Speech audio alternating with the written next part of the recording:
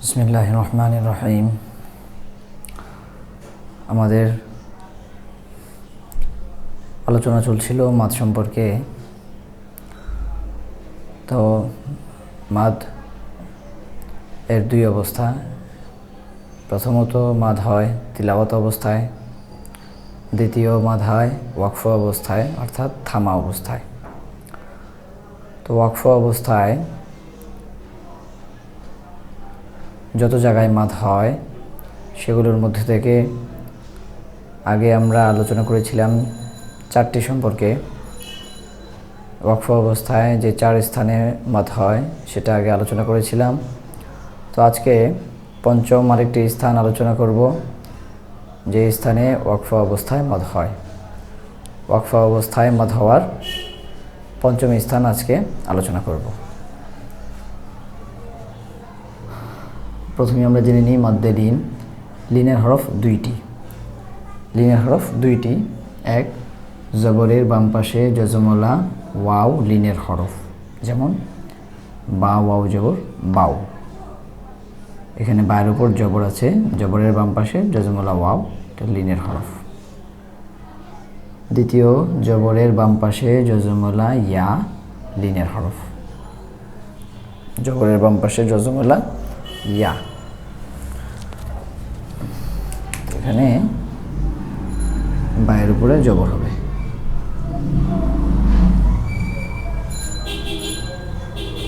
জবরের বাম পাশে জজমলা ইয়া।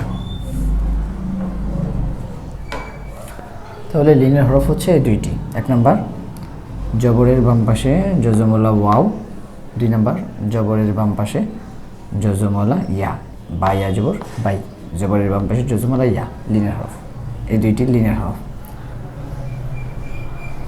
তো লিনের হরফের বামের হরফে ওয়াকফ হলে এক আলিফ টেনে পড়তে হয়।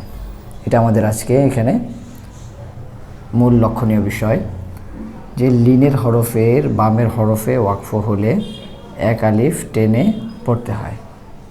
লিনের হরফ কোনটি? লিনের হরফ আমরা আগে পড়েছি যে এই দুইটি, জবরের বাম পাশে জজমলা ওয়াও, জবরের বাম পাশে জজমলা ইয়া, এই দুইটি লিনের হরফ। তো লিনের হরফের বামের হরফে যদি ওয়াকফ হয় তাহলে এক আলিফ টেনে পড়তে হবে। যেমন এখানে চারটি উদাহরণ লিখেছি। এই চারটি উদাহরণ কোরআন একাডেমির একটি সূরার মধ্যেই আছে, সেটা হলো সূরা কুরাইশ। 30 নং পারার শেষের দিকে যে ছোট ছোট সূরাগুলো আছে সেগুলোর মধ্যে থেকে একটা সূরা হতো সূরা কুরাইশ।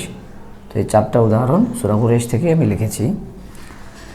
তো প্রথমে আমরা দেখি, এখানে আছে খপ্পেশ খু রয় আজবর রয়, রয় আজবর রয়, জবরের বাম পাশে জজমলা ইয়া লিনের হরফ, রয় আজবর রয়। তার বামের হরফ হচ্ছে শিন, আর শিনের মধ্যে ওয়াকফ হয়েছে। শিনের পরে কিন্তু ওয়াকফের চিহ্ন দিয়েছি, তো শিনের পরে ওয়াকফ হয়েছে।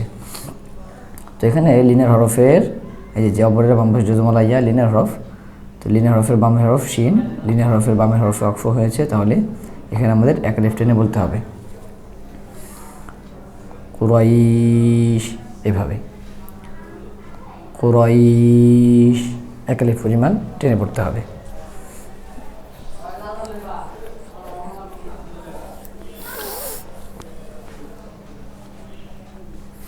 তারপরের উদাহরণে আমরা আসি, ওয়াও সদ জবর ওয়াস, সদ ইয়া জবর সই, ওয়াস সই, জবরের বাম পাশে জজমলা ইয়া লিনের হরফ। সদের উপরে জবর আছে, জবরের বাম পাশে জজমলা ইয়া লিনের হরফ, আর লিনের হরফের বামের হরফ হচ্ছে এখানে ফা, ফাতে ওয়াকফ হয়েছে, এই যে পরে ওয়াকফের চিহ্ন। তো লিনের হরফের বামের হরফে ওয়াকফ হয়েছে, এক আলিফ টেনে পড়তে হবে ওয়াসসাইফ, ওয়াসসাইফ। তারপর এটার মধ্যে আমরা আসি, হা খাড়া জবর হা, জাল লাম জবর জাল, হা জাল, বা ইয়া জবর বাই লিনের হরফ, জবরের বাম পাশে জজমলা ইয়া লিনের হরফ, বা ইয়া জবর বাই। তারপরে তাজের তি, এখানে তারপরে কিন্তু ওয়াকফের চিহ্ন, তার মানে তার মধ্যে ওয়াকফ হয়েছে। তো এখানে যে জবরের বাম পাশে জজমলা ইয়া লিনের হরফ, আর লিনের হরফের বামের হরফে ওয়াকফ হয়েছে, এক আলিফ টেনে পড়তে হবে হাযাল বাইত। তারপরটার মধ্যে আমরা আসি, এখানে আছে মিন খাও ফিন, জবরের বাম পাশে জজমলা ওয়াও লিনের হরফ, খাও ওয়াও জবর খাও লিনের হরফ, লিনের হরফের বামের হরফ হচ্ছে এখানে ফা, ফাতে কিন্তু ওয়াকফ হয়েছে, পরে ওয়াকফের চিহ্ন আছে। তাহলে এখানে লিনের হরফে বামের হরফে যেহেতু ওয়াকফ আছে এক আলিফ টেনে পড়তে হবে। মিন খাউফ, মিন খাউফ। এই হলো আমাদের মোটামুটি ওয়াকফ অবস্থায় মাদের পড়াটা শেষ হলো। ওয়াকফ অবস্থায় যে মাদ হয় সেই 5 প্রকার শেষ হলো। আগে হয়েছিল 4 প্রকার, আর আজকে 1 প্রকার হলো, 5 প্রকার এটা শেষ হলো। তারপরে এখানে আমরা নতুন আরেকটা পড়া পড়ব, নতুন আরেকটা পড়া শিখবো এখানে আমরা। এটা হচ্ছে জমিরে আনা। জমিরে আনা, জমিরে আনা এটা কি? যে এই পড়াটা হচ্ছে যে শুধু আনা শব্দটি কোরআনের যত স্থানে আছে এক আলিফ টানা যাবে না। শুধু এই যে আনা শব্দটি কোরআনের যত স্থানে আছে এক আলিফ টানা যাবে না, শুধুমাত্র 4টি স্থান ছাড়া। সেই 4টি নিচে বলবো আমি। সেই 4টি স্থান ছাড়া কোরআনের যত জায়গায় এরকম আনা আসবে, আনা শব্দটি আসবে, সেখানে টানা যাবে না। কারণ এখানে আমরা খেয়াল করলে দেখব যে নুনের উপর জবর আছে আর জবরের পরে খালি আলিফ আছে। জবরের বাম পাশে খালি আলিফ মাদের হরফ হিসাবে কিন্তু এক আলিফ টান হয়। এখানে আমরা যদি সেই দিকে খেয়াল করি যে জবর আছে নুনের উপরে, জবরের বাম পাশে খালি আলিফ, তাহলে কিন্তু সেই হিসেবে এখানে এক আলিফ টান হওয়ার কথা, যে আনা এরকম এক আলিফ টান হওয়ার কথা। কিন্তু এখানে নিয়মটা হচ্ছে যে এই আনা শব্দটি, শুধু এই আনা শব্দটির মধ্যে কোনো টান হবে না। আনা শব্দটির মধ্যে কোনো টান হবে না। যেমন এখানে দেখি আমরা, যেমন আছে একটি সূরা কাফিরুন, কোরআনুল কারীমের 30 নং পারার শেষের দিকে যে ছোট সূরাগুলো আছে সেই সূরাগুলোর মধ্যে একটা হচ্ছে সূরা কাফিরুন। সূরা কাফিরুনের আয়াতের একটি আয়াতের কিছু অংশ এখানে লিখেছি। ওয়ালা আনা, এই যে আনা শব্দটি এখানে আছে, আনা টানা যাবে না কিন্তু। ওয়ালা আনা আবিদুন। তাহলে এখানে আমরা কি দেখতে পেলাম? যে এখানে নুনের উপর জবর আছে, তারপরে কিন্তু আলিফ আছে, খালি আলিফ, জবরের বাম পাশে খালি আলিফ, কিন্তু এখানে টানা যাবে না। কারণ কি? কারণ হচ্ছে আনা শব্দের মধ্যে টান হবে না। ওয়ালা আনা আবিদুন। তবে আমি বলেছিলাম যে তবে 4টি স্থান ছাড়া, 4টি স্থান ছাড়া যে 4টি স্থানের মধ্যে আনাতে টান হবে, সেই 4টি স্থান হলো, 4টি স্থান একদম নির্দিষ্ট করা আছে, সেটা লিখে দিয়েছি। সূরা লুকমান আয়াত নং 15, সেখানে আছে মান আনাবা ইলাইয়া। এখানে যে আনা শব্দটি আছে এই আনার মধ্যে টান হবে, কারণ এটা এই জমিরে আনা না, এটা জমিরে আনা নয়, তো এই জন্য এখানে আনার মধ্যে টান হবে।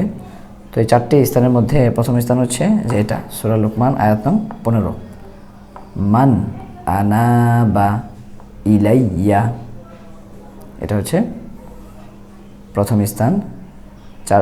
4টির মধ্যে থেকে প্রথম, যেই 4 জায়গায় আনার মধ্যে টান হয়, শুধুমাত্র এই 4 জায়গায় আনার মধ্যে, এই আনা শব্দটির মধ্যে টান হবে। দ্বিতীয় স্থান হচ্ছে সূরা জুমার আয়াত নং 17, সেখানে আছে আনাবু, আনাবু, এখানে আনার মধ্যে টান হবে। কোরআনের যেই 4 জায়গার আনার মধ্যে টান হয় তার 2 নম্বর হচ্ছে আনাবু, সূরা জুমার আয়াত নং 17। তারপর 3 নম্বর সূরা ফুরকান আয়াত 49, সেখানে আছে আনাসিয়া, আনাসিয়া। তো এটা হচ্ছে 3 নম্বর জায়গা কোরআনে যেখানে যে আনা শব্দের মধ্যে টান হবে, এর 3 নম্বর জায়গা হচ্ছে এটা আনাসিয়া। 4 নম্বর হচ্ছে সূরা আলী ইমরান আয়াত 119, সেখানে আছে আলাইকুমুল আনামিলা, আলাইকুমুল আনামিলা। তাহলে শুধুমাত্র এই 4 জায়গায় যে আনা আছে, আনা শব্দ আছে, এই আনা শব্দের এই 4 জায়গার আনা শব্দের মধ্যে টান হবে। তাছাড়া কোরআনে যত আনা আসবে, আনা সবগুলো আনা শব্দের মধ্যে টান হবে না। তাহলে আমাদের জন্য এখন সহজ হবে যে এই 4টা আনা আমরা মুখস্থ করে নেব, যে আনাবা, আনাবু, আনাসিয়া, আনামিলা। এই 4টি আনা আমরা মুখস্থ করে রাখবো যে এই 4টি আনা আসলে শুধু আনার মধ্যে টান দিয়ে বলতে হবে, আর বাকি জায়গায় যত জায়গায় আনা শব্দ আসবে কোরআনে সেগুলোর মধ্যে টান ছাড়া বলতে হবে, তাড়াতাড়ি বলতে হবে। ওয়ালা আনা আবিদুন, এরকম আনা টান হবে না। ওয়ালা আনা আবিদুন।